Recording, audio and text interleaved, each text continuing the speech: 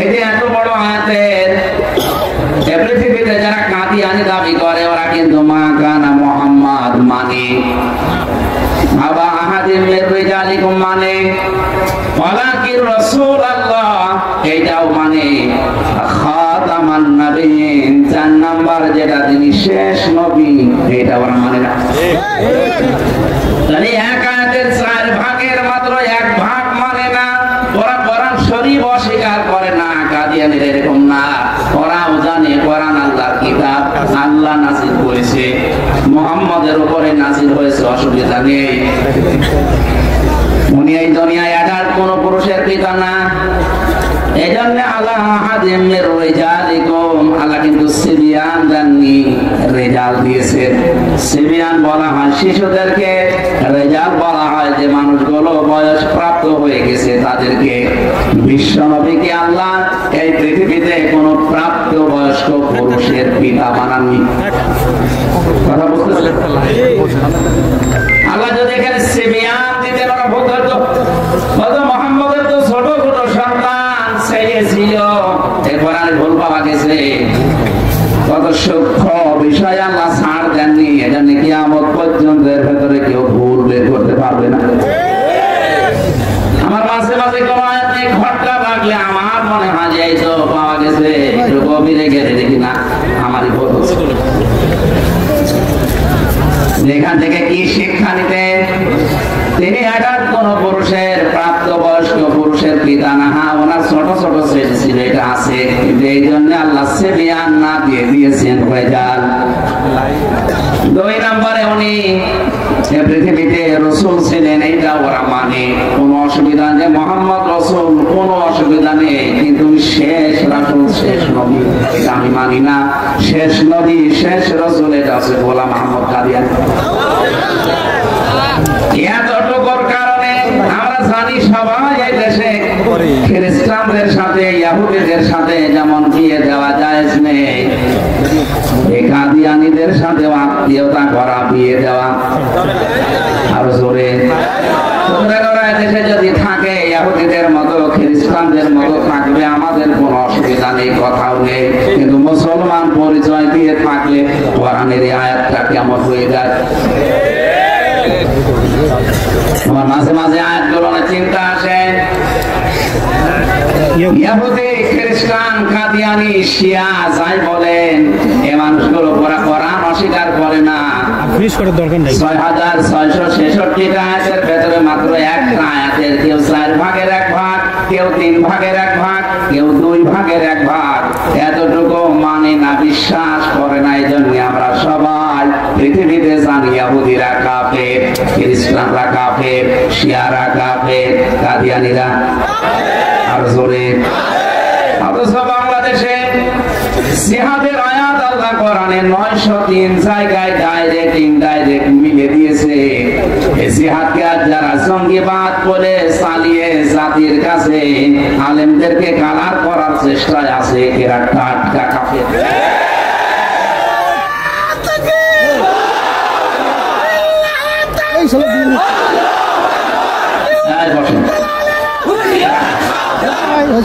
জিহাদ একটা ইবাদত, আপনি না করতে পারেন সেটা আলাদা, কিন্তু এটা যারা করতে চায় আপনি তাদের পেছনে কিভাবে লেগে আছেন। অথচ ইহুদিকে আপনি দেখলেই কাফের মনে করেন, খ্রিস্টানকে দেখলেই কাফের মনে করেন, শিয়া দেখলেই কাফের মনে করেন, কাদিয়ানী দেখলেই কাফের মনে করেন। আপনি যে নিজে কাফের বাপ হয়ে গেছেন, আপনি দেখতে পাচ্ছেন। ওরা মাত্র একটা আয়াতের 4 ভাগের 1 ভাগ মানে না, আপনি ফতোয়া দিচ্ছেন কাদিয়ানী কাফের, ওর সাথে আত্মীয়তা জায়েজ নেই, আপনি 903টা আয়াত মানেন না। কথা বলেন না। বিশ্বনবী মুহাম্মদ রাসূলুল্লাহ সাল্লাল্লাহু আলাইহি ওয়াসাল্লামের কথা বলছিলাম। পৃথিবীতে প্রতিটি ইবাদত তিনি শিখিয়েছেন আর বলেছেন এইটা করলে তার ইবাদত ভেঙে যায়, নষ্ট হয়ে যায়। নামাজ ভেঙে যায় কয়টা কারণে? আরো জোরে। ওযু ভেঙে যায় কয়টা কারণে? এরকম হজ ভেঙে যায়, যাকাত ভেঙে যায়, আপনার আমল ভেঙে যায়, সবগুলো ভাঙার কিছু না কিছু কারণ আছে। নবীজি বলেন পৃথিবীতে মানুষ জান্নাতে যাবে যেটা নিয়ে, তার নাম ঈমান। ঈমানও ভেঙে যায় 10টা কারণে।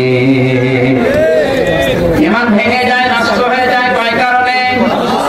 এখানে যারা আছেন আমার যতটুকু বিশ্বাস, এখানে কোনো বেঈমান নেই, থাকলে এখানে আসতেন না।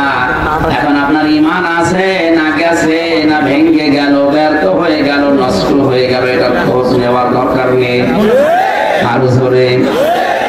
হযরত হুযায়ফাকে মাঝে মাঝে খলিফাতুল মুসলিমিন হযরত ওমর ডাক দিয়ে বলতেন, ভাই নবীজি ইন্তেকালের আগে তোমার কাছে একটা লিস্ট দিয়েছিল গোপনে, মদিনাতে কারা কারা মুনাফিক ওই লিস্টের ভেতরে লেখা আছে, একটু দেখো তো ওই লিস্টের ভেতরে আমি ওমরের নামটা আছে কিনা। বাংলার মুসলমানেরা, যে লোকটাকে জিন্দা অবস্থায় নবীজি জান্নাতের গ্যারান্টি দিলেন, আকাশের তারকার চাইতে যার দুনিয়াতে নেকির কাজ বেশি, রাস্তা দিয়ে হেঁটে গেলে 40 দিন শয়তান রাস্তায় যেতে ভয় পেত। এত কথা তার নামে শুনি কোন নবী দুনিয়ায় আসবে না, যদি নবী আল্লাহ কাউকে পাঠাতেন হযরত ওমর নবী হয়ে যেতেন।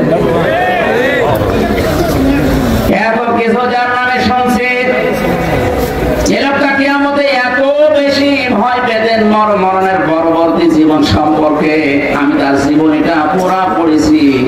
একটা জায়গায় আমার কাছে আশ্চর্য মনে হয়ে গেছে, কোন পর্যায়ের লোক ছিলেন। আমি শিক্ষার জন্য কয়েক মিনিটে বলছি, খুব নীরব ভাবে শুনবেন। হযরত ওমর তার ছেলে আব্দুল্লাহ ইবনে ওমরকে ভর্তি করলেন মাদ্রাসায়। প্রধান বিচারপতি ওই সময় হযরত আলী তার ছেলে হাসান হোসাইনকে দিলেন মাদ্রাসায়।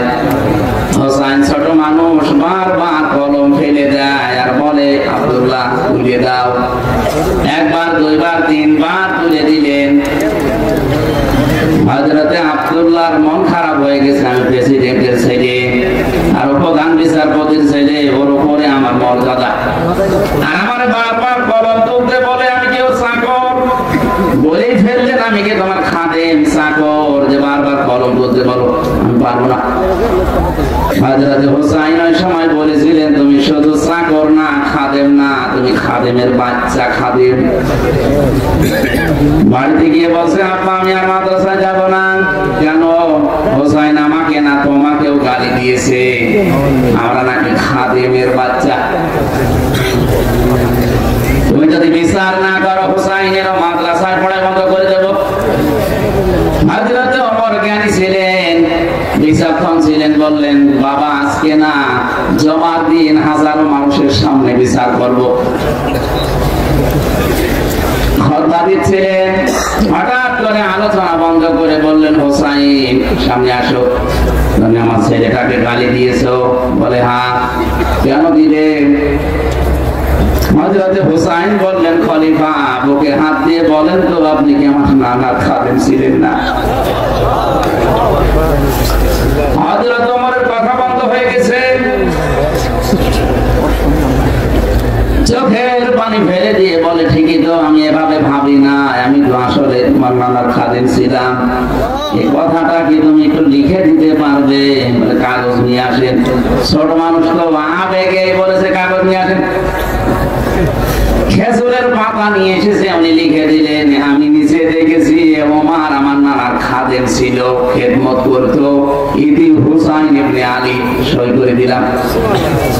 কাগজটা হাতে নিয়ে হযরত ওমর চুমা খেলেন। সাহাবীদেরকে বলে, আল্লাহর নবীর সাহাবীরা, বিচার হয়ে গেছে।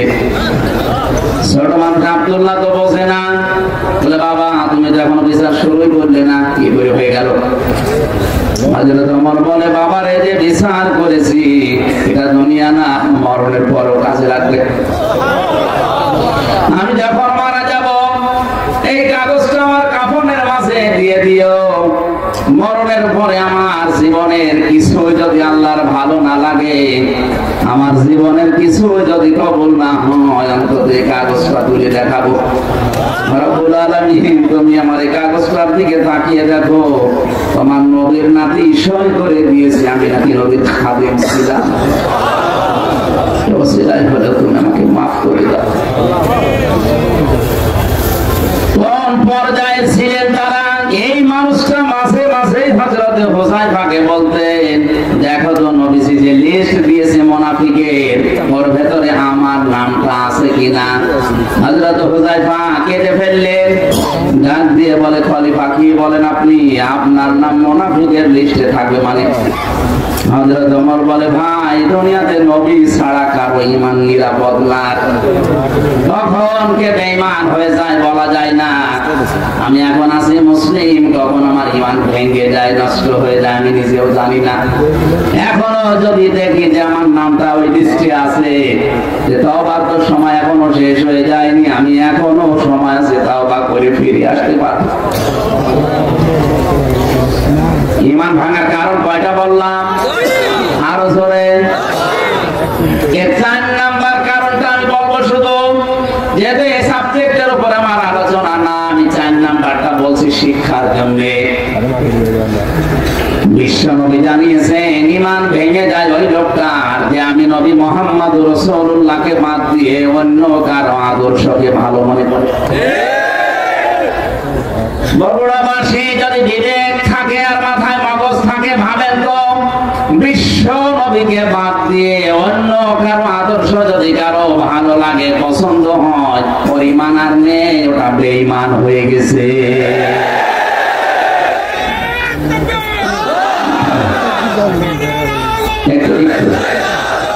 কয়েকদিন আগে একটা জরিপ পেয়েছিলাম, এদেশে বিশ্ব নবীকে একমাত্র আদর্শ হিসাবে মেনে চলে মাত্র 15% মানুষ।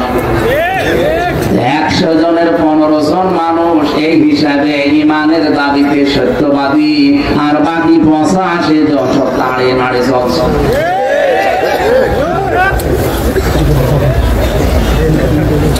আব্দুল্লাহ ইবনে উবাইয়ের নাম শুনলে আমরা ঘৃণা করি, অথচ তার পুরা জীবন পড়ে দেখেছি আমি তাফসীর ইবনে কাসিরের ভেতরে আমার দৃষ্টিতে শুধু একটা ভুল পেয়েছি। ওই লোকটার জীবনে কোনো ভুল আমি পাইনি, মাত্র একটা ভুল ছিল। ও নবীর মতো দাড়ি রাখতো, নবীজির পেছনে নামাজ পড়তো, নবীর সাথে রোজা রাখতো, ইফতারি করতো, ওর টুপি, জুব্বা, পাগড়ি, দস্তরখানা সব ছিল নবীর মতো। এমনকি নবীজি যখন যা বলতেন কারেন্টের মতো করতেন। বিশ্ব নবী একবার বলেছিলেন, আল্লাহর কাছে 2টা নাম কিন্তু প্রিয়, আব্দুল্লাহ আর আব্দুর রহমান। আলোচনা শোনার ফাঁকে পেছন দিক থেকে দৌড় দিয়ে বাড়িতে যেয়ে নিজের নাম, ছেলের নাম, নাতি ছেলের নাম, বাবার নাম সব পাল্টিয়ে রেখেছে আব্দুল্লাহ। নবীর কথা মানতো কম, কথা বলেন। এই লোকটা যখন মারা গেল, ছোট্ট ছেলে এসে নবীজি মসজিদে নববীতে বসা, ডাক দিয়ে বলে, ইয়া রাসূলুল্লাহ, আমার বাবা মারা গেছে। নবীজি বললেন, কে? আব্দুল্লাহ ইবনে উবাই। আমার বাবা মারা যাওয়ার আগে 2টা কথা জানিয়েছেন। 1 নম্বরে আপনি আমার বাবার জানাজাটা পড়াবেন, 2 নম্বরে আপনার এই জামাটা কাফনের জন্য দেবেন। নবীজি বললেন, ঠিক আছে, লাশ রেডি করো, জামা খুলে দেবেন। হযরত ওমর সহ 22 জন সাহাবী বসা ছিলেন, 21 জন দাঁড়িয়ে গেছে। এটা সিরাত ইবনে হিশামের ভেতরে আছে। সঙ্গে সঙ্গে হযরত ওমর জামা টেনে ধরলেন, না আপনি খুলে দেবেন না। নবীজি বলেন, ওমর জামা ছেড়ে দাও, এখনো পর্যন্ত আল্লাহ আমাকে নিষেধ করেনি, সুতরাং জামা ছাড়ো, আমি দিতে চাই। কারণটা কি?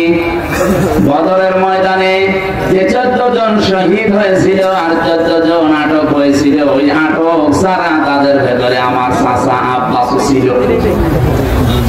আমার চাচাকে আমি বন্দিশালায় যখন বন্দি করে রেখেছিলাম, বেঁধে রেখেছিলাম খেজুরের পাতার দড়ি দিয়ে, এত ফর্সা ছিল আমার চাচা, খুব শক্ত করে বাঁধার কারণে তার রক্ত জমে গিয়েছিল শরীরে। রাতের বেলা বন্দীদের আমি বন্দিশালায় দেখতে গেলাম, আমার ডান পাশে ছিল আবু বকর, বাম পাশে ছিল হযরত ওমর, আর এই লোকটা আমার পেছনে ছিল আব্দুল্লাহ বিন উবাই। বন্দিশালায় আমি তাদেরকে বলেছিলাম, যারা লেখাপড়া জানো, আমার সাহাবীরা যারা তাদেরকে যদি শিক্ষা দিতে পারো আমি তোমাদের ছেড়ে দেব। মুক্তিপণ হিসাবে এই কাজটা করা লাগবে। চাচার এই দৃশ্য দেখে আমি নিজেও কষ্ট পাচ্ছিলাম। আমার চাচার শরীরের পোশাক পর্যন্ত যারা দায়িত্ব ছিল খুলে নিয়েছিল। আমার কষ্ট দেখে, চোখের পানি দেখে আব্দুল্লাহ বিন উবাই ওই দিন তার নিজের জামা খুলে আমার চাচাকে জড়িয়ে দিয়েছিল। আজকে আমার এই জামাটা ফেরত দিয়ে আমার ওই চাচার ঋণ আমি শোধ করে দিলাম। কিয়ামতে যেন এই লোকটা আমার কাছে কিছু চাইতে না পারে। জামা করে বললেন যাও রেডি করো। হযরত ওমর কিন্তু বসে আছে, উনি জাননি। 21 জন সাহাবী নিয়ে নবী গেলেন, জানাজার প্রস্তুতি নিলেন। এটা তাফসীরে হাক্কানিতে পাবেন, তাফসীরে ফি জিলালিল কোরআনে আছে। তিনটা কাতারে নবীজি কাতারবদ্ধ হয়ে জানাজা আরম্ভ করবেন। হঠাৎ জিবরাইল এসে আয়াত নাযিল করলেন, ইস্তাগফির লাহুম আও লা তাস্তাগফির লাহুম ইন তাস্তাগফির লাহুম 70 মাররাতান। আমি আলেমদেরকে বলছি, তো খেয়াল করে শুনবেন। আল্লাহ পাক বলেন, হে নবী, জিবরাইলকে পাঠালাম, কি বলে শুনেন।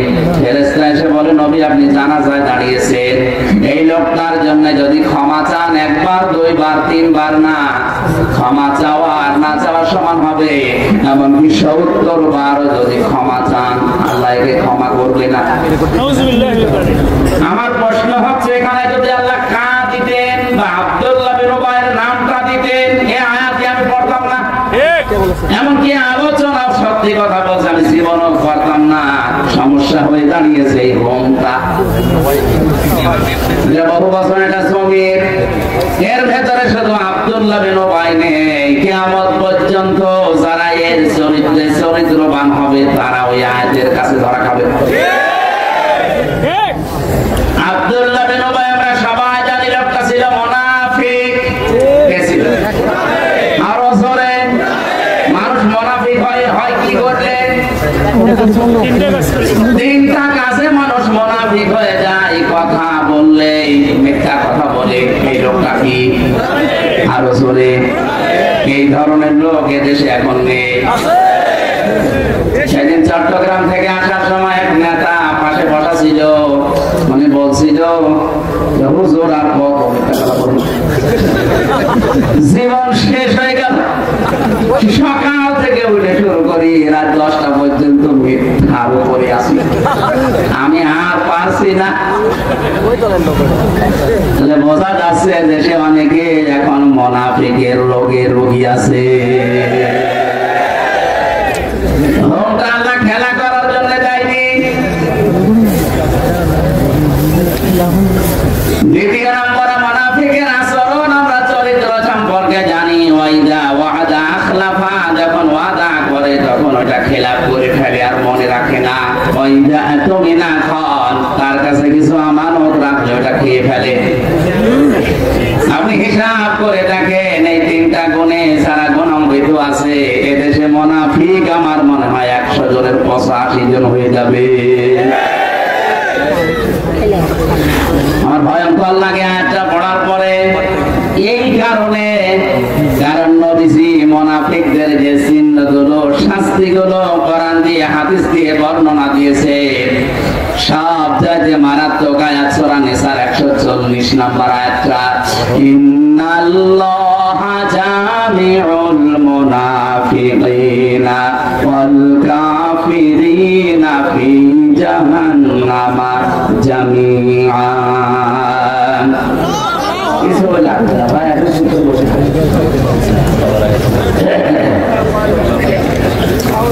বগুড়া